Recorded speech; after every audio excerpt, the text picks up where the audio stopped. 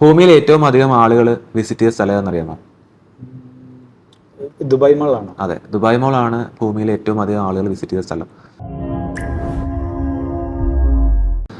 Dubai മോൾ പണിയുന്ന സമയത്ത് government അല്ലെങ്കിൽ ഇമാറിൻ്റെ ഒരു പ്ലാൻ എന്ന് പറയുന്നത് ഏകദേശം ഒരു 10 ലക്ഷം ആളുകൾ പെർ ഇയർ വിസിറ്റ് ചെയ്യും എന്നൊരു പ്ലാനിലാണ്. പക്ഷേ ഇപ്പോഴത്തെ ടോട്ടൽ കണക്ക് നോക്കുകയാണെന്നുണ്ടെങ്കിൽ ഭൂമിയിൽ ഏറ്റവും അധികം ആളുകൾ വിസിറ്റ് ചെയ്തൊരു സ്ഥലം ദുബായ് മോളാണ്.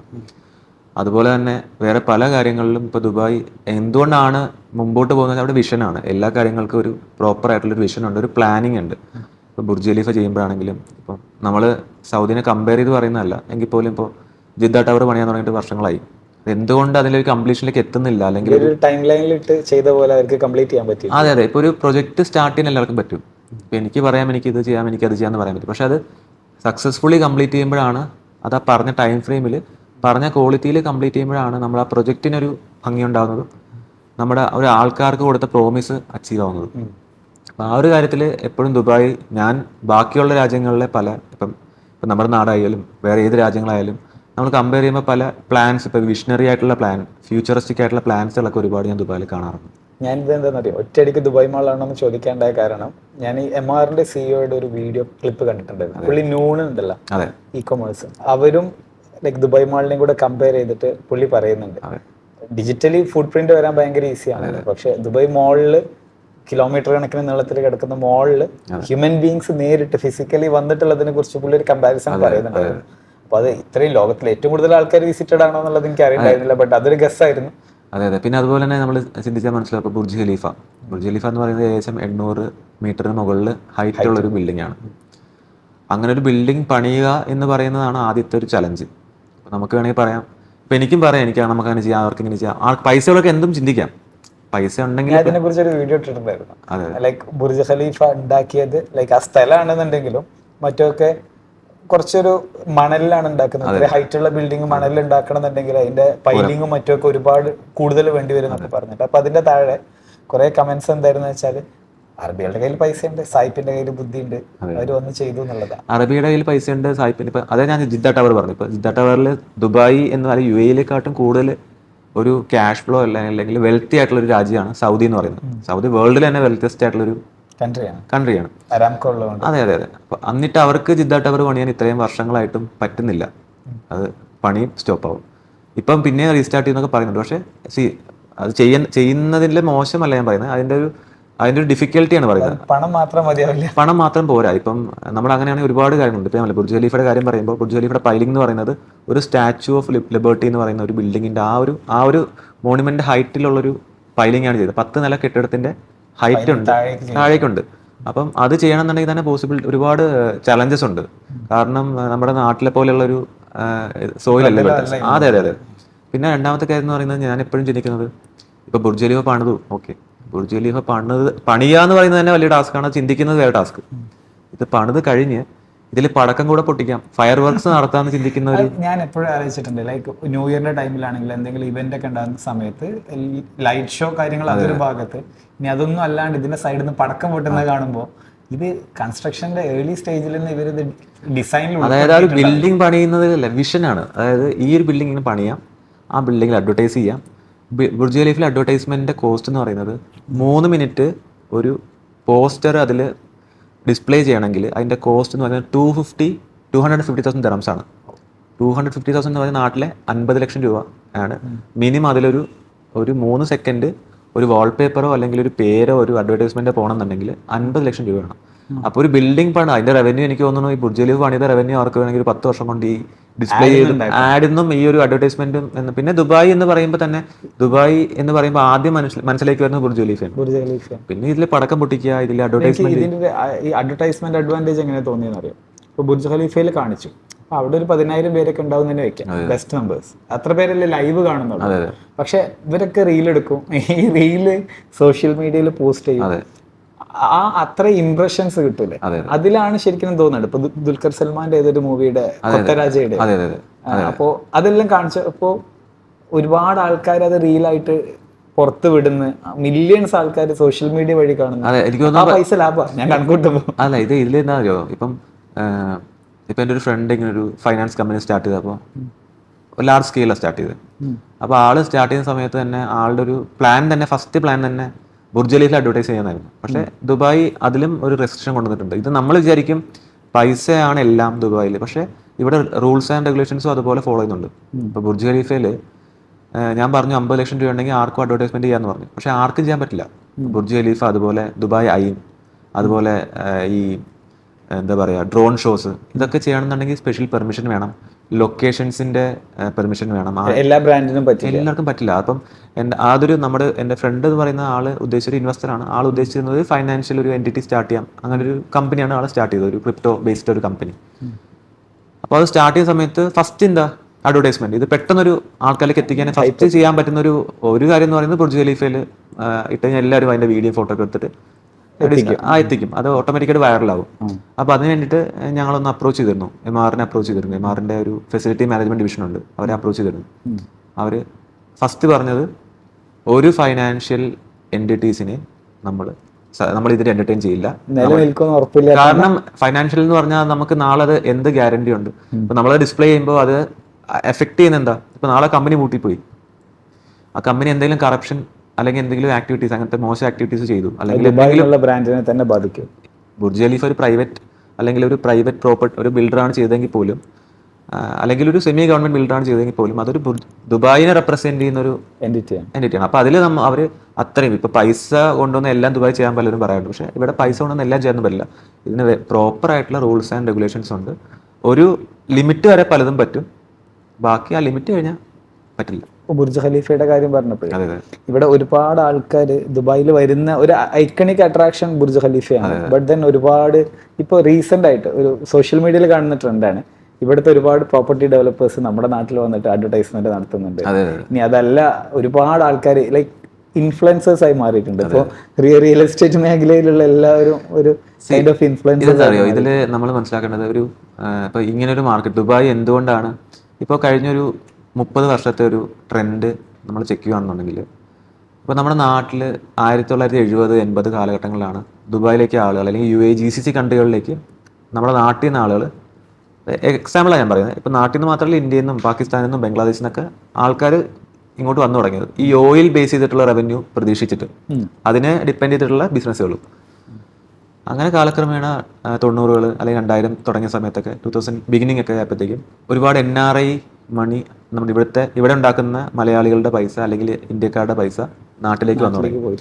അങ്ങനെ പൈസ നാട്ടിലേക്ക് പോകുമ്പോൾ, പൈസ ഒരുപാട് വരുമ്പോൾ ആൾക്കാർ ചിന്തിക്കുന്നത് ഫസ്റ്റ് ഇൻവെസ്റ്റ്മെന്റ് ചെയ്യാമെന്നാണ് ചിന്തിക്കുന്നത്. അപ്പം നിങ്ങളൊരു ഇൻവെസ്റ്റ്മെന്റ് അഡ്വൈസ് ചെയ്യുന്ന ഒരാളായതുകൊണ്ട് ഇപ്പം പറഞ്ഞറിയാലോ, അതിൻ്റെ ഒരു ഐഡിയ ഉണ്ടല്ലോ ഇൻവെസ്റ്റ്മെന്റ് എങ്ങനെയായിരിക്കും എന്നുള്ളത്.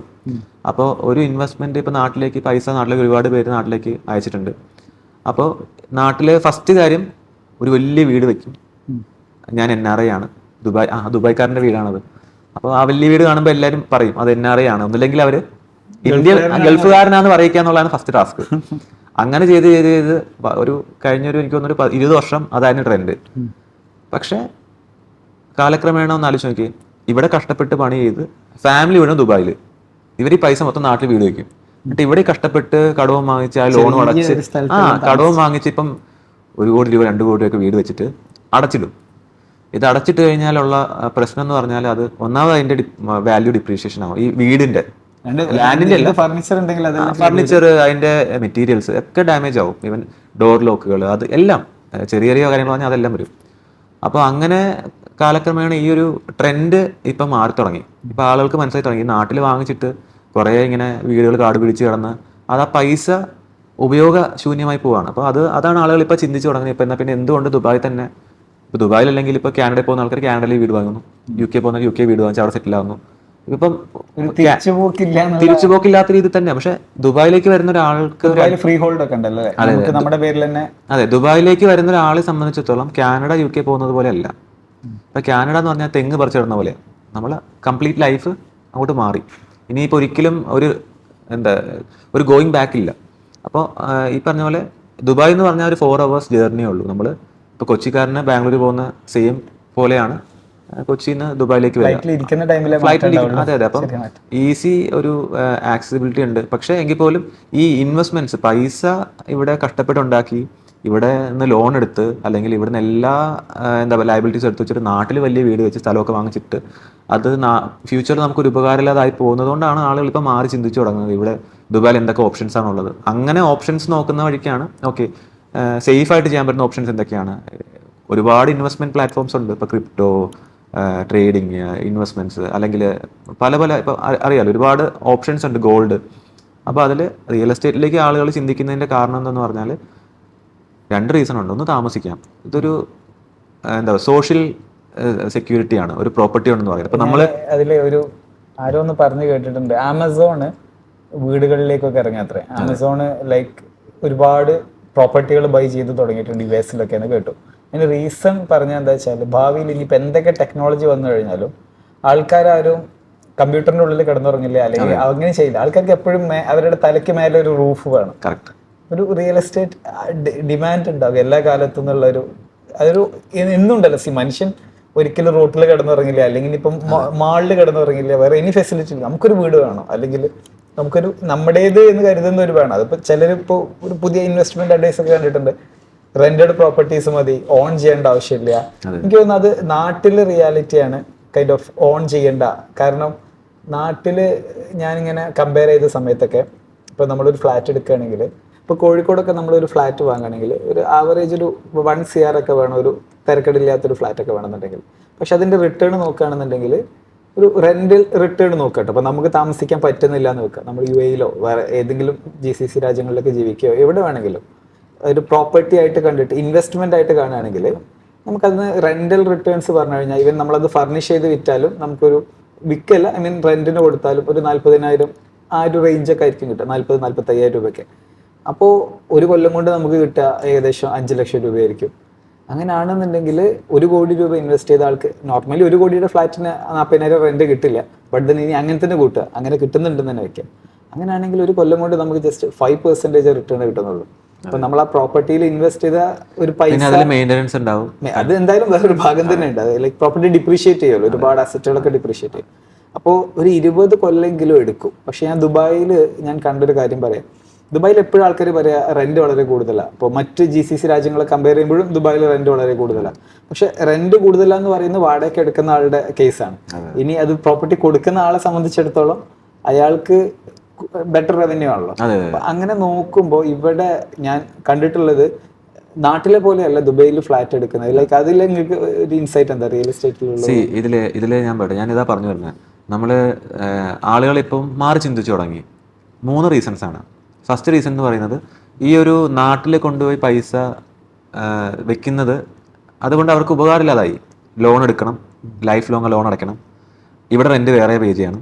അപ്പോൾ രണ്ടും കൂടെ കമ്മിറ്റ്മെന്റ് ആവുന്നതുകൊണ്ട് ഇപ്പോൾ ആളുകൾക്ക് മനസ്സിലാവും ഓക്കെ ഇവിടെ ചെയ്താൽ അറ്റ്ലീസ്റ്റ് ഇവിടെ എന്തായാലും വരുന്ന ആൾക്കാർ 2 വർഷത്തേക്ക് വന്നാൽ 30 വർഷം കഴിഞ്ഞേ പോകുള്ളൂ. അപ്പോൾ ലൈഫ് ടൈം ഇവിടെ തന്നെ ആയിരിക്കും.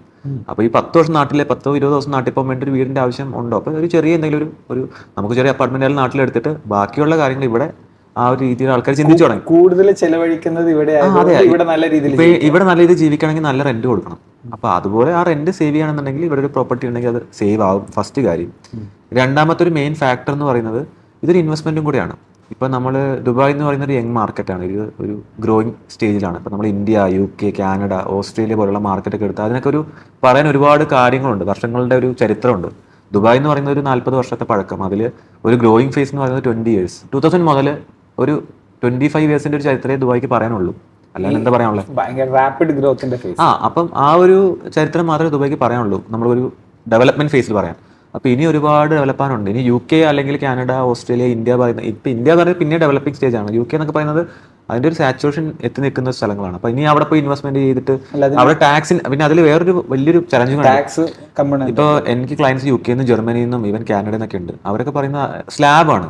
ഇപ്പം ഈ ചില സ്ലാബിലൊക്കെ ഇപ്പം ജർമ്മനിലൊക്കെ 200,000+ റവന്യൂ ഉള്ള ആൾക്കാരൊക്കെ ആണെന്നുണ്ടെങ്കിൽ 40-45% ഇൻകം ടാക്സ് പോകും. അതായത് ഹാഫ് ഗവൺമെന്റ് കൊണ്ടുപോയി, പിന്നെ ബാക്കി ഹാഫ് യൂസ് ചെയ്യുക.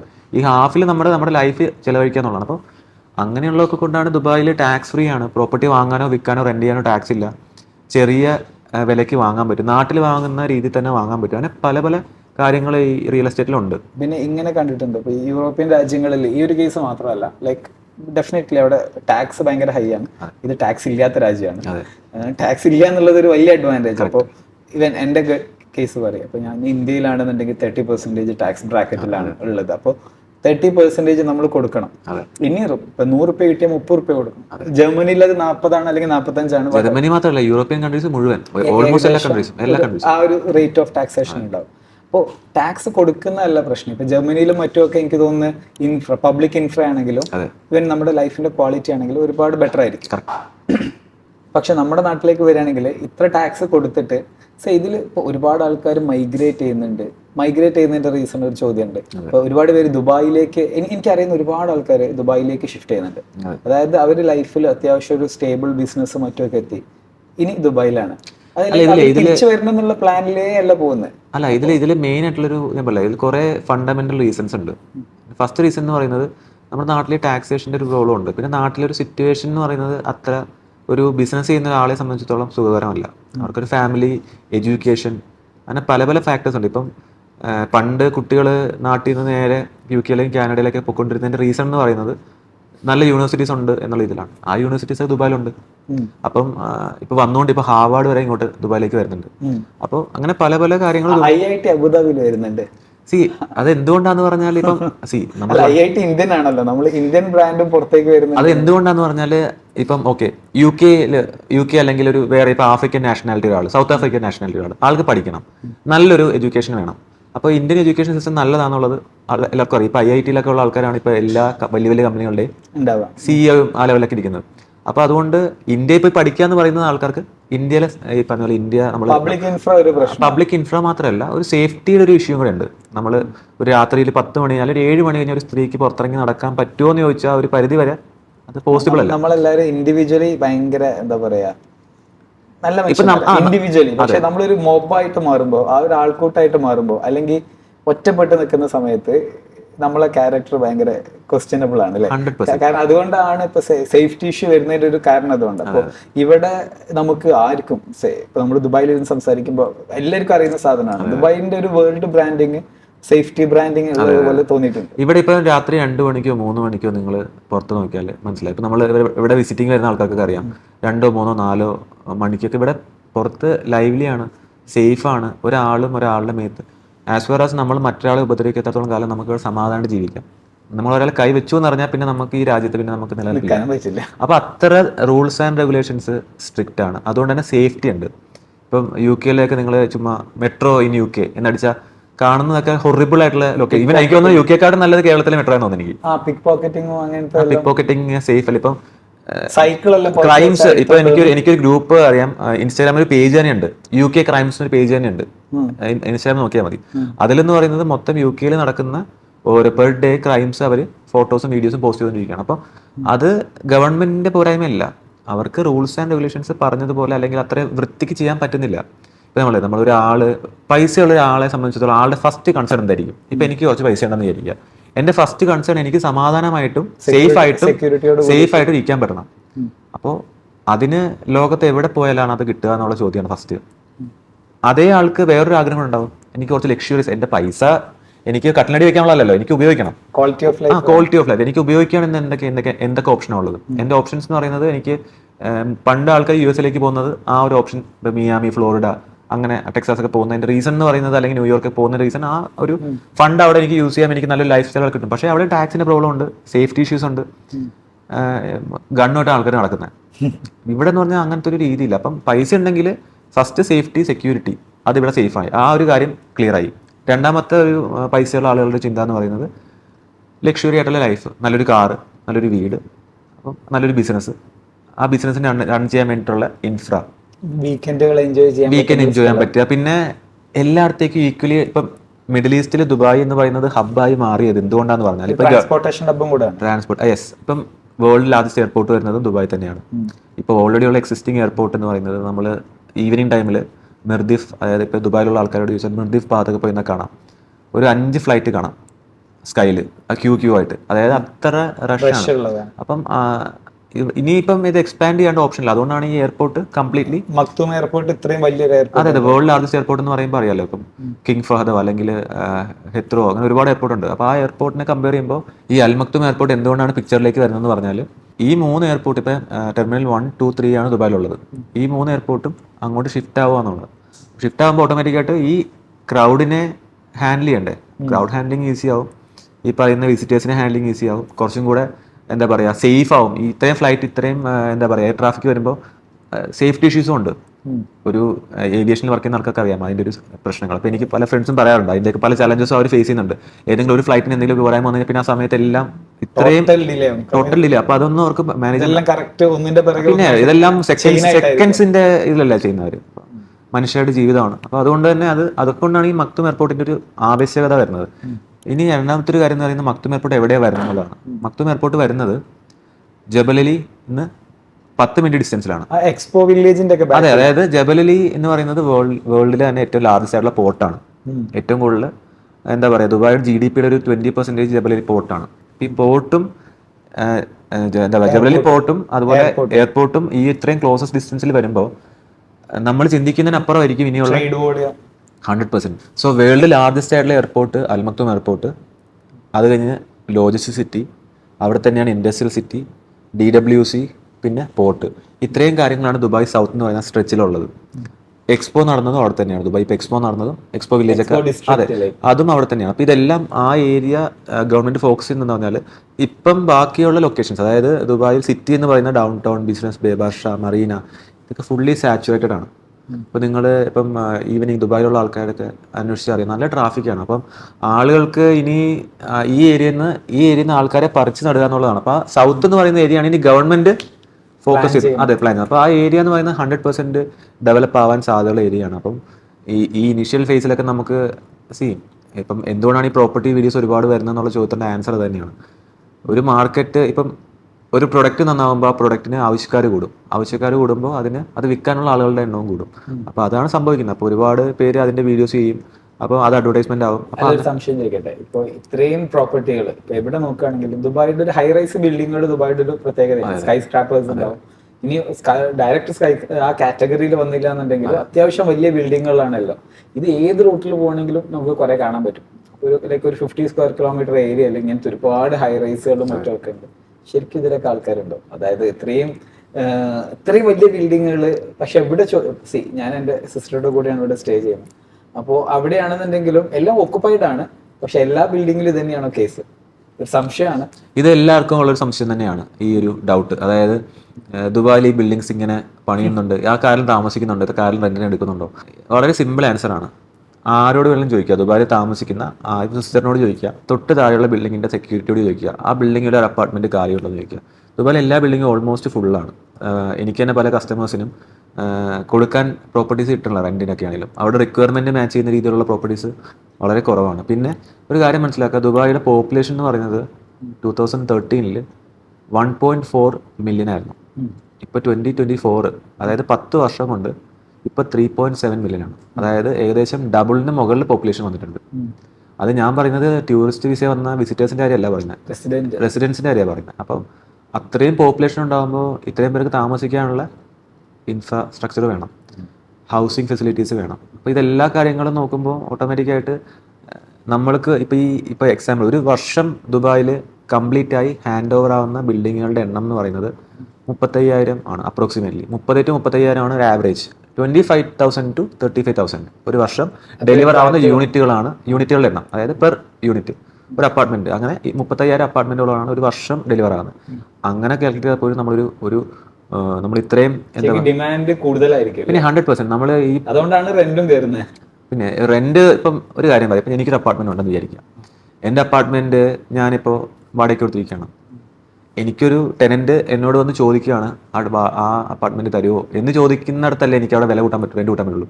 അതല്ല എനിക്കൊരാൾ ബാക്കിൽ ഇല്ല, എൻ്റെ റെന്റ് കൂട്ടി അവർ ഇറങ്ങിപ്പോൾ എന്ത് ചെയ്യും, ഞാൻ റെന്റ് കൂട്ടുന്നത്, നിങ്ങൾ റെന്റ് കൂട്ടിയാൽ ഞങ്ങൾ പോവുകയാണ് എന്ന് പറഞ്ഞ്. ഇതിനൊക്കെ ബേസിക്കലി അടിസ്ഥാനമായിട്ട് പറയേണ്ടത് ഡിമാൻഡ് ഉണ്ടെന്നുള്ളതാണ്. സപ്ലൈ കുറവാണ് ദുബായിൽ. പിന്നെ ഇവിടുത്തെ ഒരു മേജർ ആയിട്ടുള്ള കാര്യം എന്ന് പറയുന്നത്, ഇപ്പം ഒരു പ്രോപ്പർട്ടി ഒരു ബിൽഡർ കൺസ്ട്രക്ഷൻ ചെയ്യുകയെന്ന് ചോദിച്ചോളൂ. അപ്പോൾ അത് ലോഞ്ച് ചെയ്തു, അതിൻ്റെ പേര് അനൗൺസ് ചെയ്തു, ലൊക്കേഷൻ അനൗൺസ് ചെയ്തു, പ്രോട്ടോടൈപ്പ് കാണിച്ചു, പ്രൈസ് കാര്യങ്ങളൊക്കെ പറഞ്ഞു, പേയ്മെൻറ്റ് പ്ലാൻ എല്ലാം പറഞ്ഞു. അപ്പോൾ നമുക്കൊരു ഐഡിയ കിട്ടി ഈ പ്രൊജക്റ്റ് വരാൻ പോവാണ്. ഈ പ്രൊജക്റ്റ് ലോഞ്ച് ചെയ്യുന്ന സമയത്ത് ഈ പ്രൊജക്റ്റിൻ്റെ ഇപ്പം 300 അപ്പാർട്ട്മെൻ്റ് ഉള്ളൊരു ബിൽഡിംഗ്, ഈ 300 അപ്പാർട്ട്മെൻ്റ് ഉള്ള ബിൽഡിങ്ങിൽ ഏകദേശം ഒരു 250 അപ്പാർട്ട്മെൻറ്റിന് മുകളിൽ വിറ്റ് പോയാൽ മാത്രമേ ആ ഡെവലപ്പർക്ക് അടുത്തൊരു ബിൽഡിങ് ചെയ്യാൻ പറ്റും, ലോഞ്ച് ചെയ്യാൻ പറ്റുള്ളൂ. ഇതാണ് സിസ്റ്റം. അല്ലാതെ ഒരു ബിൽഡിംഗ് ലോഞ്ച് ചെയ്തു, ഞാൻ അടുത്ത ബിൽഡിംഗ് ലോഞ്ച് ചെയ്യാൻ പറ്റില്ല. അപ്പോൾ അത്ര ട്രാക്ക് ഇവിടെ ഗവൺമെൻറ് ഉണ്ട്. ദുബായിയുടെ റിയൽ എസ്റ്റേറ്റ് എന്ന് പറയുന്നത് ബാക്കി നമ്മൾ വേൾഡിൽ ഏത് റിയൽ എസ്റ്റേറ്റ് കമ്പയർ ചെയ്യുമ്പോൾ ഇവിടുത്തെ ഒരു സ്ട്രക്ചറും ഇതിൻ്റെ ഒരു ട്രാൻസ്പെറൻസിയും ഭയങ്കര സ്ട്രോങ് ആണ്. ഇപ്പോൾ നമ്മൾ ഇതിൻ്റെ ഇപ്പോൾ ഒരു പ്രോപ്പർട്ടി, ഞാനൊരു പ്രോപ്പർട്ടി വാങ്ങിച്ചു എന്ന് വിചാരിക്കും. ഞാൻ UK യിലാണെന്ന് അല്ലെങ്കിൽ ഞാൻ ഇന്ത്യയിലാണ്. എനിക്ക് ആ പ്രോപ്പർട്ടി അതിൻ്റെ സ്റ്റാറ്റസ് അറിയണമെങ്കിൽ അതിനും ആപ്ലിക്കേഷൻ ഉണ്ട്.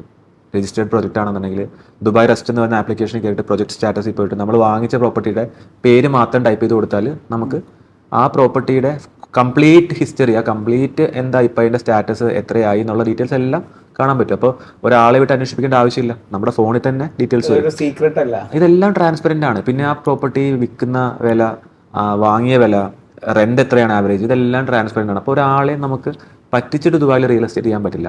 പിന്നെ നമ്മൾ നല്ല പ്രോപ്പർട്ടി വാങ്ങുക എന്നുള്ളതാണ്, നമ്മൾ വാങ്ങുക എന്നുള്ളതാണ് നമ്മുടെ ഒരു ഉദ്ദേശം. അപ്പോൾ നല്ല പ്രോപ്പർട്ടി കൊടുക്കുമ്പോൾ എന്ന് വെച്ചാൽ നല്ല ഡെവലപ്പർ ആയിരിക്കും. നല്ല ഡെവലപ്പർ, നല്ല ക്വാളിറ്റി ഉണ്ടാവും, നല്ല കോസ്റ്റും കൂടും. കോസ്റ്റ് കൂടുന്നത് എന്തുകൊണ്ടാണ്? നമുക്ക് ഇപ്പോൾ 100,000 കൊടുത്താൽ ചൈനീസ് കാറുകൾ ഇപ്പോൾ ഒരുപാടുണ്ട്. അതേ 100,000 കൊടുത്താൽ നമുക്ക് പ്രാഡോയും കിട്ടും.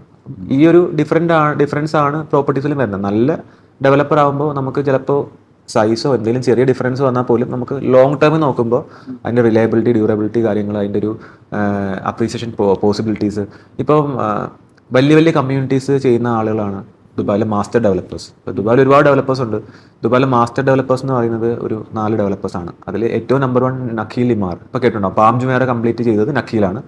അതുപോലെ ബുർജ് ഖലീഫ ഡൗൺ ടൗൺ ചെയ്തത് ഇമാറാണ്. പിന്നെ ഇമാർ ഒരുപാട് കമ്മ്യൂണിറ്റീസ് ചെയ്തിട്ടുണ്ട്. അപ്പോൾ ഈ കമ്മ്യൂണിറ്റീസിൻ്റെയൊക്കെ പ്രത്യേകത എന്താണെന്ന് ഇപ്പം നഖീൽ അല്ലെങ്കിൽ പാം ജുമേറ അല്ലെങ്കിൽ ഡൗൺ ടൗൺ ചെയ്യുന്ന സമയത്ത് അവർക്കൊരു പ്ലാൻ ഉണ്ട്. ഇത്രയും ആളുകളെ താമസിക്കുന്ന ഒരു പ്ലാനിലാണ് അവർ ചെയ്യുന്നത്. അപ്പോൾ അതിൻ്റെയൊക്കെ അപ്രീസിയേഷൻ എന്ന് പറയുന്നതും അതുപോലെ തന്നെയാണ്. ഇപ്പം ഡൗൺ ടൗൺ ഇനിഷ്യൽ ഫേസിൽ ഇപ്പം നിങ്ങൾ ഈ പറഞ്ഞ പോലെ ഈ പ്രോപ്പർട്ടിയുടെ ട്രാൻസാക്ഷൻസ് കാണുന്നുണ്ടെങ്കിൽ DXB ഇൻട്രാക്ട് ഒരു വെബ്സൈറ്റ് ഉണ്ട്. അതിൽ പോയി നമ്മൾ ഏത് പ്രോപ്പർട്ടിയാണോ വാങ്ങാൻ പ്ലാൻ, അല്ലെങ്കിൽ അതിൻ്റെ ഫുൾ ഹിസ്റ്ററി നമുക്ക് അതിൽ പ്രോപ്പർട്ടിയുടെ പേര് മാത്രം അടിച്ച് ടൈപ്പ് ചെയ്ത് കൊടുത്തു കഴിഞ്ഞാൽ നമുക്ക് ഫുൾ ഹിസ്റ്ററി വരും. എത്രയ്ക്കാണ് വാങ്ങിയത്, എത്രയ്ക്കാണ് വിറ്റത്, എത്ര റെൻ്റൽ ആവറേജ് ആ ഏരിയയിലുണ്ട്, ആ ബിൽഡിങ്ങിലുണ്ട് എന്നൊക്കെ നമുക്ക് അതിന് കാണാൻ പറ്റും. ഇപ്പോൾ ഡൗൺ ടൗൺ അല്ലെങ്കിൽ ഇപ്പം പാം ജുമേറയിൽ 2002 വില്ലാസ് വാങ്ങിച്ചത്, അതായത് പാം ജുമേറ എന്ന് പറയുന്ന വിഷൻ ഭൂമിയിലെ ഏറ്റവും വലിയ മാൻമെയ്ഡ് ഐലൻഡാണ് പാം ജുമേറ. പാം ജുമേറ പണിയുന്ന സമയത്ത് 99% ആൾക്കാരും പറഞ്ഞ് നടക്കത്തില്ല എന്നാണ് പറഞ്ഞത്. 1% ആൾക്കാരാണ് നടക്കുമെന്ന് പറഞ്ഞത്. ഈ 1% ആളുകളാണ് അവിടെ ഇൻവെസ്റ്റ് ചെയ്തത്. അന്നത്തെ അവിടുത്തെ വില്ലയുടെ പ്രൈസ് എന്ന് പറയുന്നത് 1.5 മില്യൺ ആയിരുന്നു. ഇപ്പോൾ ആ വില്ലയുടെ പ്രൈസ് 150 മില്യനാണ്. അതായത് ഏകദേശം എത്ര എട്ടി. അംബാനി ഇപ്പോൾ വാങ്ങിച്ചിരിക്കുന്ന 680 മില്യന്റെ വില്ലയാണ് വാങ്ങിച്ചിരിക്കുന്നത്. പിന്നെ വാങ്ങിയിട്ടുണ്ട്. ഇവിടെ അംബാനി അല്ല, ക്രിസ്ത്യാനോ റൊണാൾഡോ വാങ്ങിച്ചിട്ടുണ്ട്. ഇപ്പം ഇന്ത്യൻ സെലിബ്രിറ്റീസ് അല്ലാതെ നമ്മൾ ചെക്ക് ചെയ്യുകയാണെന്നുണ്ടെങ്കിൽ ഇപ്പോൾ റോജർ ഫെഡറർ, അല്ലെങ്കിൽ ക്രിസ്ത്യാനോ റൊണാൾഡോ, അല്ലെങ്കിൽ ഇപ്പോൾ ഡേവിഡ് ബെക്കാം, അംബാനി സെലിബ്രിറ്റി അല്ലെങ്കിൽ പോലും നമ്മളൊരു ഫെമിലിയർ ഫേസ് ആണ്. അപ്പോൾ അവർക്ക് ഷാറുഖ് ഖാൻ നഖീലിൽ വില്ലയുണ്ട്, അതായത് പാം ജുമേറയിൽ വില്ലയുണ്ട്. ഷാറുഖ് ഖാന്റെ വില്ല ആക്ച്വലി ഗിഫ്റ്റഡ് ആണ്. ഷാറുഖ് ഖാൻ ആക്ച്വലി ദുബായിയുടെ ബ്രാൻഡ് അംബാസിഡർ ആണ്. അപ്പോൾ അങ്ങനെ അതൊക്കെ അതുകൊണ്ടാണ് ഷാറുഖ് ഖാനെ ഗിഫ്റ്റ് ചെയ്ത വില്ലയാണ് ആക്ച്വലി, അത് ഷാറുഖ് ഖാൻ വാങ്ങിയല്ല. അപ്പോൾ അങ്ങനെ ദുബായ് എന്ന് പറയുന്നത് എന്താ പറയുക, നമുക്കിപ്പം എല്ലാ കാര്യങ്ങളും ട്രാൻസ്പെറൻ്റ് ആണ്. ഇപ്പം ഇനീഷ്യൽ ഫേസുകളിൽ ഒരു ഇൻവെസ്റ്റ്മെന്റ് ചെയ്യുന്ന ഒരാളെ സംബന്ധിച്ചിടത്തോളം ഇപ്പം ഞാനൊരു ഇൻവെസ്റ്റ്മെന്റ് ചെയ്യാൻ വേണ്ടി പ്ലാൻ ചെയ്യുകയാണ്. എൻ്റെ ഉദ്ദേശം എന്ന് പറയുന്നത് എൻ്റെ പൈസ സേഫ് ആകുക. ഇൻവെസ്റ്റ്മെന്റ് ഫസ്റ്റ് ക്രൈറ്റീരിയ പൈസ സേഫ്. രണ്ടാമത്തെ ക്രൈറ്റീരിയ എന്ന് പറയുന്നത് എനിക്കൊരു സ്റ്റഡി റിട്ടേൺസ്. അത് മൂന്നാമത്തെ ക്രൈറ്റീരിയ എന്ന് പറയുന്നത് എൻ്റെ ആ ക്യാപിറ്റൽ അപ്രീസിയേഷൻ ആവണം. ഇത് മൂന്നും കൂടെ വരുന്ന ഒരു ഇൻവെസ്റ്റ്മെന്റ് ഭൂമിയിൽ എന്തെങ്കിലും ഉണ്ടോ? അതായത് ക്യാപിറ്റൽ അപ്രീഷിയേഷൻ വരണം, റെന്റൽ റിട്ടേൺ കിട്ടണം, അതായത് മാസം നമുക്ക് അതിൽ നിന്ന് റിട്ടേൺസും വരണം, ക്യാപിറ്റലും കൂടണം, സേഫും ആയിരിക്കണം. ഇങ്ങനത്തെ എന്ത് റിട്ടേൺസ് ഉള്ളത്? ഇങ്ങനത്തെ എന്ത് ഇൻവെസ്റ്റ്മെന്റ് ഉള്ളത്? ഇപ്പോൾ ഗോൾഡിലാണെന്നുണ്ടെങ്കിൽ നമുക്ക് റിട്ടേൺസ് ഇല്ല. അതെ, അപ്പം നമുക്ക് ഇതിൽ ക്യാപിറ്റൽ അപ്രീസിയേഷനും അതായത് റിട്ടേൺസും സേഫ് ആയിട്ടുള്ള ഇൻവെസ്റ്റ്മെന്റ് ആണ് ദുബായിൽ റിയൽ എസ്റ്റേറ്റ് എന്ന് പറയുന്നത്. അതായത് ഞാൻ ഒരു സംശയം പോലെ ചോദിക്കാനേ, ഇവിടെ റിയൽ എസ്റ്റേറ്റ് പ്രോപ്പർട്ടികളുണ്ട്. ദുബായിൽ ഏറ്റവും കൂടുതൽ ഒരു കാലത്ത് ഞാൻ ഇങ്ങനെ വായിച്ചിട്ടുണ്ട്, അതായത് 2000-ന്റെ തുടക്കത്തില് ലോകത്തുള്ള ക്രെയിനുകൾ ഉണ്ടല്ലോ, അതിന്റെ 20% ദുബായിൽ മാത്രമാണ് എന്നുള്ള രീതിയിലേക്ക്. ദുബായിൽ ഏത് ഡയറക്ഷനിൽ പോവുകയാണെന്നുണ്ടെങ്കിലും ഇപ്പൊ എല്ലാ ഡയറക്ഷനിലും നല്ല ട്രാഫിക് ആണ്. മോസ്റ്റ് ഇമ്പോർട്ടന്റ് തിങ്, എവിടെ നോക്കിയാലും ഒരുപാട് പുതിയ കൺസ്ട്രക്ഷൻസ് ആണ്. അതായത് ലൈക്ക് ഏറ്റവും ദുബായ് ഇപ്പൊ അതിന്റെ ഏത് സ്റ്റേജിലാന്ന് ചോദിച്ചു കഴിഞ്ഞാൽ അതിന്റെ ഏറ്റവും അഡ്വാൻസ്ഡ് സ്റ്റേജിലാണ് ആൻഡ് ഗ്രോയിങ് ആണ് എന്നുള്ള ഒരു ഫീൽ. എപ്പോഴും ആ ഗ്രോയിങ് ഫീൽ ദുബായ് തരുന്നുണ്ട് എവിടെ നോക്കുകയാണെന്നുണ്ടെങ്കിൽ. അപ്പോൾ ഇവിടെയൊക്കെ എനിക്ക് ഫീൽ ചെയ്തിട്ടുള്ള ഒരു കാര്യം എന്താണെന്ന് വെച്ച് കഴിഞ്ഞാൽ, നമ്മളിപ്പോ ഇവിടെ ഒരു ഡിമാൻഡ് ക്രിയേഷൻ ദുബായ് എങ്ങനെയൊക്കെയോ ചെയ്യുന്നുണ്ട്. അതായത് ഇപ്പോൾ ആൾക്കാർ വരുന്നുണ്ട്, ആൻഡ് ആ ബ്രാൻഡിങ് ഉണ്ടല്ലോ, ഇപ്പോൾ എവിടെ നോക്കിയാലും ദുബായ് ബ്രാൻഡിങ് ഉണ്ട്. ഇപ്പോൾ സേഫ്റ്റി എന്നുള്ള കാര്യത്തിൽ എനിവൺ വിത്ത് മണി ഫസ്റ്റ് പ്രയോറിറ്റി സേഫ്റ്റി ആയിരിക്കും. രണ്ട്, ക്വാളിറ്റി ഓഫ് ലൈഫ്. ഇപ്പോൾ ഒരു തമാശ രൂപത്തിൽ ഇപ്പോൾ നമ്മൾ മലയാളികളായതുകൊണ്ട് ഓപ്പൺ ആയിട്ട് പറയാൻ പറ്റുന്ന ഒരു കാര്യമാണ്. നമുക്ക് നമ്മളെ കുറ്റം പറയാം, വേറെ ആരും പറയേണ്ട ആവശ്യമില്ല. പബ്ലിക് പറയാതെ നോക്കുക, നമുക്ക് പറയാലോ, ഇന്റേണൽ ആണല്ലോ. അപ്പൊ ഇവിടെ ഒരു കാര്യം എന്താ വെച്ചാൽ, നാട്ടില് അത്യാവശ്യം എന്തെങ്കിലും ചെയ്യണം എന്ന് ആഗ്രഹിക്കുന്നവരൊക്കെ നാട്ടിൽ നിന്ന് പുറത്തേക്ക് പോകും. റീസൺ ബീയിങ്, നമ്മളെ നാട്ടില് ഇത് പലതും ചെയ്തെടുക്കാൻ പ്രയാസമാണ്. ഒരു തോട്ട് പ്രോസസ്സിന്റെ ഒരു പ്രശ്നമുണ്ട്. അപ്പൊ നമുക്ക് ഇത്രയൊക്കെ മതി, അല്ലെങ്കിൽ ഇങ്ങനൊക്കെ ജീവിതം കഴിഞ്ഞു പോകും, അങ്ങനെയുള്ള ഒരു തോട്ട് പ്രോസസ് എല്ലാവർക്കും ഉണ്ട്. അത് വയസ്സായവർക്കും ഉണ്ട്, ചില യുവാക്കൾക്ക് വരെ ഉണ്ട്. ഈ സന്തോഷ് ജോർജ് കുളങ്ങര പറഞ്ഞൊരു ഒരു കോട്ടുണ്ട്. നമ്മുടെ നാട്ടിൽ നിന്ന് ചിന്തിക്കുന്നതും ഒരു പ്രൊജക്ട് പ്ലാൻ നാട്ടിൽ നിന്ന് ചിന്തിക്കുന്നതും നമ്മൾ ബുർജ് ഖലീഫയുടെ താഴെ നിന്ന് ചിന്തിക്കുന്ന തമ്മിൽ വ്യത്യാസമുണ്ട്. അത് തന്നെയാണ് കാര്യം. അതായത് നമ്മൾ നമ്മൾ കാണുന്നത്, ഇപ്പം നമ്മൾ നാട്ടിലേക്ക് ഇറങ്ങി കാണുന്നത് നമ്മൾ സാധാരണ ജീവിത നിലവാരമാണ്. ഞാനൊരു വീഡിയോ ഇട്ടിട്ടുണ്ട്, ഷെയ്ഖ് സായിദ് റോഡിലൂടെ പോവുകയാണെന്നുണ്ടെങ്കിൽ നമ്മൾ കാണുന്ന സ്വപ്നങ്ങൾ എൻ്റയർലി ഡിഫറെന്റ് ആയിരിക്കും. കാരണം ഇവിടെ എനിക്ക് കിട്ടുന്ന ഒരു ഫീൽ എന്താ വെച്ചാൽ, ഞാൻ ഓരോ ടൈമിലും ദുബായ് വരുമ്പോൾ ചിലപ്പോൾ അജണ്ട ഒന്നും ഇല്ലാണ്ട് വരും. എന്ന് വെച്ചാൽ ഒരു ഇൻസ്പിറേഷൻ കിട്ടാനൊക്കെ വരിക എന്നുള്ളത്. അപ്പോൾ ഈ ഷെയ്ഖ് സായിദ് റോഡിലൂടെ ഒക്കെ പോകുമ്പോൾ തലങ്ങും വിലങ്ങും ഒക്കെ നോക്കുമ്പോൾ കിട്ടുന്ന എന്താ വെച്ചാൽ, ഇതൊക്കെ മാൻമെയ്ഡ് ആണ്, ഇത് അന്യഗ്രഹത്തിൽ നിന്ന് വന്ന ആരും ചെയ്തതല്ല. അപ്പോൾ എല്ലായിടത്തും നമുക്ക് ഈ ഒരു സ്പിരിറ്റ് തരും. അതായത് സ്പിരിറ്റ് ഓഫ് ഹ്യൂമൻ ഇന്നോവേഷൻ, നമ്മുടെ ഹ്യൂമൻ പെർസീവറൻസ്, എന്ത് നേടിയെടുക്കാന്നുള്ള ആ അച്ചീവ്മെന്റ്സ് എന്നൊക്കെ ഉള്ള അത്. മറ്റേ ജേക്കബിന്റെ സ്വർഗരാജ്യത്തിൽ അതേ ഡയലോഗ് പറയുന്നുണ്ട്, ഇവിടുന്ന് എവിടെ നോക്കിയാലും ഓരോ മനുഷ്യനും വെട്ടിപ്പിടിച്ചത് കാണാന്നുള്ള. നമ്മളെ നാട്ടിൽ അത് കിട്ടില്ല. നമ്മളെ നാട്ടിൽ എന്താ കാണുക, അവിടെ നോക്കിയാൽ ചളി, ഇവിടെ നോക്കിയാൽ ഇത്, പിന്നെ കുറ്റം പറച്ചില് കാര്യങ്ങള്. പിന്നെ എവിടെ പോയി കഴിഞ്ഞാലും ഇപ്പോൾ നമ്മൾ വലിയൊരു ആശയമായിട്ട് നമ്മളെ ഫ്രണ്ട്സിന്റെ ഇടയിൽ പോയാലും ഊക്ക്, ഇതാണ് അവിടെ കിട്ടുക. ബട്ട് ഇവിടെ നമ്മൾ ഇതേ ആശയം നമ്മളെ കമ്മ്യൂണിറ്റിക്ക് അനുസരിച്ച് പ്രശ്നമുണ്ടാവും. ബട്ട് ദെൻ നമ്മൾ അത്യാവശ്യം ആസ്പയറിംഗ് ആയിട്ടുള്ള ഏരിയയിലാണെങ്കിൽ ദേ വിൽ ലിസൺ. അല്ല, അതിലൊരു കാര്യങ്ങളുണ്ട്. ഇപ്പം ആശയം, എൻ്റെ നല്ലൊരു ആശയം ഉണ്ടെങ്കിൽ പോലും എനിക്കത് നാട്ടിൽ ഇംപ്ലിമെന്റ് ചെയ്യണമെന്നുണ്ടെങ്കിൽ 100 തലവേദന. അതിനുള്ള ഇൻഫ്ര എന്ന് മാത്രമല്ല, പൊളിറ്റിക്കൽ ചലഞ്ചസ് ഉണ്ട്. പിന്നെ നമ്മുടെ ലോ ആൻഡ് ഓർഡർ ആണെങ്കിലും പല കാര്യങ്ങളിലും. ഇപ്പം എക്സാമ്പിൾ പറഞ്ഞാൽ, ഇപ്പോൾ ഒരു നാട്ടിൽ കാറ് അല്ലെങ്കിൽ നമ്മുടെ വെഹിക്കിൾസ് മോഡിഫൈ ചെയ്യാൻ പാടില്ല എന്ന് പറയും. മോഡിഫൈ ചെയ്യാൻ പാടില്ല എന്ന് പറഞ്ഞ് ഫൈൻ കൊടുക്കും. വന്നിട്ട് അവർ സെല്ലും ചെയ്യും, മോഡിഫിക്കേഷൻ ഐറ്റം സെല്ല് ചെയ്യും. വിൽക്കാൻ വേണ്ടി ഷോപ്പ് ഓപ്പൺ ചെയ്ത് വെച്ചിട്ട് അതിന് ടാക്സ് എടുക്കും, അത് വിറ്റ് വാങ്ങിച്ച് അത് ഉപയോഗിക്കുന്ന ആൾക്കാർക്ക് ഫൈനും കൊടുക്കും. അപ്പൊ ഇതൊരു എന്താ കോൺട്രഡിക്റ്റിംഗ് ആണ്. പറയുന്നുണ്ടല്ലോ, തോക്ക് വേണമെങ്കിൽ തരാം. അതെ അതെ, അല്ല, ഇത് സത്യം പറഞ്ഞാൽ നമ്മുടെ നാട്ടില് പല കാര്യങ്ങളും ഒരുപാട് മാറേണ്ട ആവശ്യമുണ്ട്. അല്ലാതെ നമുക്ക് ഇപ്പൊ ഡെവലപ്മെന്റ് എന്ന് പറയുന്നത് ഒരിക്കലും ഒരാൾ വിചാരിച്ചാൽ പറ്റുന്ന ഒരു കാര്യമല്ല. അത് ആ നാട് വിചാരിക്കണം, ആ നാട്ടിലെ ഗവൺമെന്റ് വിചാരിക്കണം, ലോ ആൻഡ് ഓർഡർ മാറണം, പല കാര്യങ്ങളും ക്ലിയർ ആയ സേഫ്റ്റി. ഇപ്പം നമ്മൾ റീസെൻ്റ്ലി നമ്മൾ നോക്കുമ്പോൾ ന്യൂസ് പേപ്പർ ഓപ്പൺ ചെയ്ത് ഒരു ദിവസം ഒരു പീഡനം ഉണ്ടാവും, ഒരു ദിവസം ഒരു കൊലപാതകം ഉണ്ടാവും, ഒരു ദിവസം എന്തെങ്കിലും ഒരു ഡ്രഗ് കേസ് ഇല്ലാത്തൊരു ദിവസമില്ല. അപ്പോൾ ഇതെന്തുകൊണ്ടാണെന്ന് പറഞ്ഞാൽ നമ്മുടെ നാട്ടിലെ ലോ ആൻഡ് ഓർഡറിൻ്റെ ഒരു സ്ട്രെങ്സ്. ഇപ്പം നമ്മൾ കമ്പയർ ചെയ്യുന്നത് ദുബായിട്ട് ഒരിക്കലും കമ്പയർ ചെയ്യാൻ പാടില്ല ഇങ്ങനെ. കാരണം ഇന്ത്യ എന്ന് പറഞ്ഞാൽ 140 കോടി ജനങ്ങളൊരു രാജ്യമാണ്. അതിന് അതെ അതെ. അപ്പോൾ ഒരിക്കലും നമുക്ക് ഡെമോക്രസിയിൽ ഇരുന്നിട്ട് നമുക്ക് ഡെമോക്രാറ്റ് അല്ലാത്ത ഒരു സ്ഥലത്ത് നമുക്ക് കമ്പയർ ചെയ്യാൻ പറ്റില്ല. കാരണം പൊളിറ്റിക്കൽ ഫ്രീഡം എന്ന് പറഞ്ഞ വേറൊരു എലമെന്റ് ഉണ്ട്. എനിക്കൊന്ന് മോസ്റ്റ് ഓഫ് ദ ആൾക്കാർക്ക് അതിനേക്കാൾ വാല്യൂ ചെയ്യാൻ ലൈഫിന്റെ ക്വാളിറ്റി ആവാനുള്ള ഒരു പോസിബിലിറ്റി ഉണ്ട്. അത് വാല്യൂ ചെയ്യുന്നവരാണ് ഇവിടെ വരുന്നത്. അല്ല, ഇതിന്റെ ഒരു അണ്ടർസ്റ്റാൻഡിങ് ഇത്രേ ഉള്ളൂ. അപ്പം ഇങ്ങനൊരു അവസ്ഥ ഉള്ളതുകൊണ്ടാണ് ആളുകൾ, ഞാനിപ്പോൾ പറഞ്ഞു വന്നത് ഇന്ത്യനെ കേരളത്തിനോ അല്ലെങ്കിൽ നമ്മൾ ഒരു മോശം രീതിയിലേക്ക് പറയാൻ ഉദ്ദേശിച്ചിട്ടില്ല. പക്ഷെ ഇതുകൊണ്ട് എന്താ സംഭവിക്കുന്നതെന്ന് പറഞ്ഞാൽ, പൈസയുള്ള ആളുകൾ മൈഗ്രേറ്റ് ചെയ്ത് പോകും. അതിലൊരു പകുതിയോളം ഇപ്പോൾ ദുബായിലേക്ക് വരുന്നതിന്റെ റീസൺ, ദുബായ് അടുത്താണ്, നാളെ ആവശ്യമായ നാട്ടിലേക്ക് പോവാം, 3 മണിക്കൂർ തിരിച്ചു വരാം, ഇവിടെ താമസിക്കാം. ഈ ഒരു ചിന്ത. ഇപ്പം ലാസ്റ്റ് ഡേയിൽ മില്യണേഴ്സിന്റെ മൈഗ്രേഷന്റെ ഒരു ചാർട്ട് പുറത്തുവിട്ടിരുന്നു. അതിൽ ഇന്ത്യയിൽ നിന്ന് 6500 മില്യണേഴ്സാണ് മൈഗ്രേറ്റ് ചെയ്യുന്നത് ലാസ്റ്റ് ഇയർ.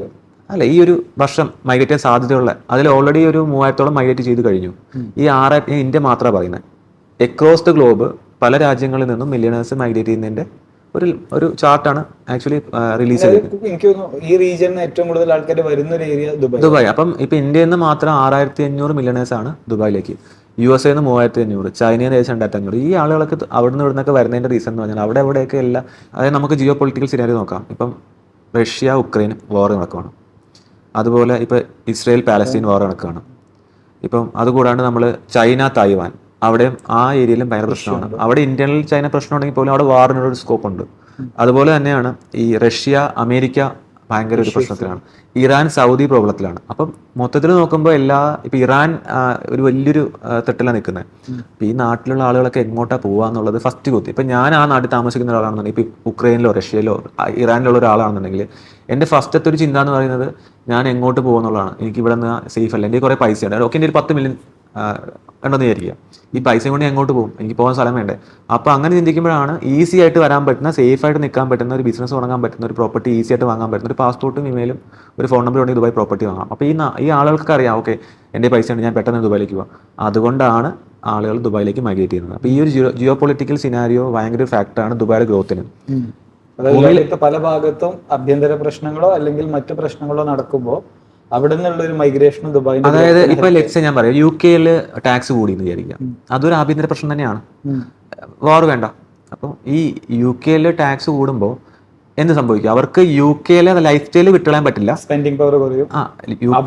അതെ അതെ, അവിടുത്തെ സ്പെൻഡിങ് പവർ കുറയുന്നത് മാത്രമല്ല, ഇപ്പം അവിടെ നിൽക്കുന്ന ഒരാൾക്ക് അവിടുന്ന് മാറണമെന്ന് ആഗ്രഹമുണ്ട്, പൈസയും കൊണ്ട് ക്വാളിറ്റി ഓഫ് ലൈഫും വേണം. അപ്പൊ ഈ രണ്ടും കൂടെ കിട്ടണം. ഇന്ത്യയിലേക്ക് പോകാൻ പറ്റില്ല, വേറെ എങ്ങോട്ട് പോകും? US പോയാൽ ഇതിലും വലിയ പ്രശ്നം. അപ്പം നെക്സ്റ്റ് ഒരു ഓപ്ഷൻ കോമൺ ആയിട്ട് ടാക്സ് ഉണ്ട്. അപ്പൊ അവര് ചിന്തിക്കുന്നത് എന്താ, നെക്സ്റ്റ് ഒരു ഡെസ്റ്റിനേഷൻ എന്ന് പറയുന്നത് ഇതെല്ലാം സോൾവ് ചെയ്യാൻ പറ്റുന്ന, സേഫ് ആയിട്ട് പൈസയായിട്ട് പോയി താമസിക്കാൻ പറ്റുന്ന. അപ്പൊ അതുകൊണ്ടാണ് UK ആൾക്കാരുമായി ഇപ്പൊ കഴിഞ്ഞൊരു ലാസ്റ്റ് ഇയറിൽ ഏറ്റവും കൂടുതൽ പ്രോപ്പർട്ടി വാങ്ങിച്ചതിൽ ഫസ്റ്റ് 5 വന്നേക്കുന്നത് ഇന്ത്യ, റഷ്യ, ചൈന, UK ആണ്. UK സത്യം ലിസ്റ്റിൽ പോലും ഇല്ല. പണ്ടൊന്നും ലിസ്റ്റിൽ പോലും ഇല്ല. കാരണം UK ആൾക്കാർ അങ്ങോട്ട് പോകുന്ന, ഇന്ത്യയിൽ നിന്ന് UK ആൾക്കാർ വരുമ്പോൾ UK ആൾക്കാർ ദുബായിലേക്കാണ് വരുന്നത്. അപ്പൊ ഇതാണ് എൻ്റെ ഒരു എന്താ പറയാ. അപ്പോൾ ആളുകൾക്ക് ഇപ്പോഴും ദുബായ് എന്ന് പറയുമ്പോൾ അതിനൊരു വികാരമാണ്. ഇപ്പം നമ്മളിപ്പോൾ ഞാൻ 10 വർഷമായി ദുബായിൽ. അപ്പം നമുക്ക് ദുബായ് തരുന്നൊരു സ്വാതന്ത്ര്യം, ഒരു സേഫ്റ്റി, ഒരു ലക്ഷറി, നമുക്കൊരു പീസ് ഓഫ് മൈൻഡ്. ഇപ്പം ദുബായിൽ അത്യാവശ്യം നന്നായിട്ട് ജീവിക്കാൻ. പിന്നെ ഒരു പോരായ്മ എന്ന് പറയുന്നത്, ഒരുപാട് പേര് ജോബ് അന്വേഷിച്ച് വരുമ്പോൾ ഇവിടെ ഒരു ജോബ് ഹണ്ടിങ്ങിനുള്ളൊരു ഓപ്പർച്യൂണിറ്റി കുറയുന്നുണ്ട് പലപ്പോഴും. കാരണം സ്കിൽഡ് ആയിട്ടുള്ള ആൾക്കാർ, ഇപ്പോൾ എക്സാമ്പിൾ പറയുകയാണ്, ഒരു 100 പേര് ഒരു ജോലിക്ക് അപ്ലൈ ആണ്. അതിൽ സ്കിൽഡായ ആൾക്കാർക്ക് ജോലി കിട്ടുള്ളൂ. ഈ ചിലപ്പോൾ സ്കില്ല് കുറഞ്ഞ ഒരാൾക്ക് ചിലപ്പോൾ ജോലി കിട്ടിയെന്ന് വരില്ല. അപ്പോൾ അവർ പറയും ദുബായ് പോയാൽ ഇങ്ങനെയാണ്, ഇവിടെ ഇങ്ങനത്തെ അവസ്ഥയാണ്. പക്ഷേ നമ്മൾ സ്കില്ല് ഡെവലപ്പ് ചെയ്യാന്നുള്ളതാണ്. ഇപ്പം ഒരു ട്രാൻസിഷൻ സ്റ്റേജ് ഉണ്ട്. അതായത് ഒരാൾ ഇപ്പോൾ വന്നിട്ട് ജോലി അന്വേഷിക്കുന്ന ഒരു ഫേസ്. അപ്പോൾ ആരുടെയെങ്കിലൊക്കെ ഫ്രണ്ടിന്റെ റൂമിൽ ഇങ്ങനെ കൂടെ ആയിരിക്കും ചെയ്യാം. പിന്നെ ഈവൻ ജോലി കിട്ടിയാലും വലിയ പേയ്മെന്റ് ഒന്നും ഉണ്ടാവില്ല.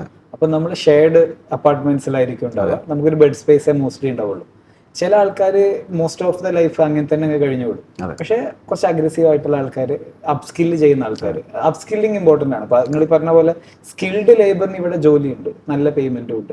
കാരണം പല സെക്ടറും നോക്കുകയാണെന്നുണ്ടെങ്കിൽ സ്കിൽഡ് ലേബറിന് നല്ല ഡിമാൻഡ് ഉണ്ട്. അപ്പൊ ഇവരിങ്ങനെ ഇവരുടെ കരിയറിൽ ഇങ്ങനെ കയറി വരും. ഉറപ്പായിട്ടും ആ കയറുന്ന ആൾക്കാർ അടുത്ത ഇവർ ഡിമാൻഡ് ഇവരുടെ ഫാമിലിനെ കൊണ്ടുവരും. അപ്പൊ ഇവർക്ക് അപ്പാർട്ട്മെന്റ് വേണ്ടി വരും. ലൈക്ക് അവരെന്നെ ഒരു ഇന്റേണൽ ഡിമാൻഡ് ക്രിയേഷൻ. അല്ല, ഇതിലൊരു കാര്യമുണ്ട്. ഈ ദുബായിലേക്ക് ജോബ് അന്വേഷിച്ച് വരുന്ന ആളുകൾ പലപ്പോഴും പറയാറുണ്ട്, ദുബായ് നമ്മൾ ഈ പറയുന്ന പോലെ അങ്ങനെയൊന്നും അല്ല, ഇത് വേറൊരു ലോകമാണ് ഇവിടെ. പലരും പറയും. അപ്പൊ ഇത് ഒരു കഥയുണ്ട്. ഒരു വീട്ടില് ഭയങ്കര എലിശല്യം. അപ്പോൾ എലിശല്യം വന്നപ്പോഴത്തേക്കും അയാളോട് പറഞ്ഞു, ആ ഓണറോട് പറഞ്ഞു, നിങ്ങളൊരു പൂച്ചയെ വാങ്ങിച്ച് വളർത്തുന്നു പറഞ്ഞു.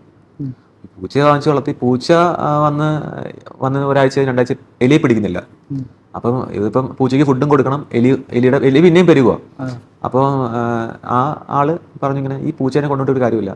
അപ്പോൾ പുള്ളി പറഞ്ഞു, നിങ്ങളൊരു പണി വേറൊരു പൂച്ച കൊണ്ടുവരാൻ പറഞ്ഞു. അപ്പോൾ വേറൊരു പൂച്ച വന്നു, അപ്പം തന്നെ എലീനെയൊക്കെ പിടിച്ചു. അപ്പം മറ്റേ ആദ്യം കൊണ്ടുവന്ന പൂച്ച ഈ രണ്ടാമത്തെ പൂച്ചയോട് ചോദിച്ചാൽ, നീ ഇങ്ങനെ എലിയെ പിടിക്കുന്നത്?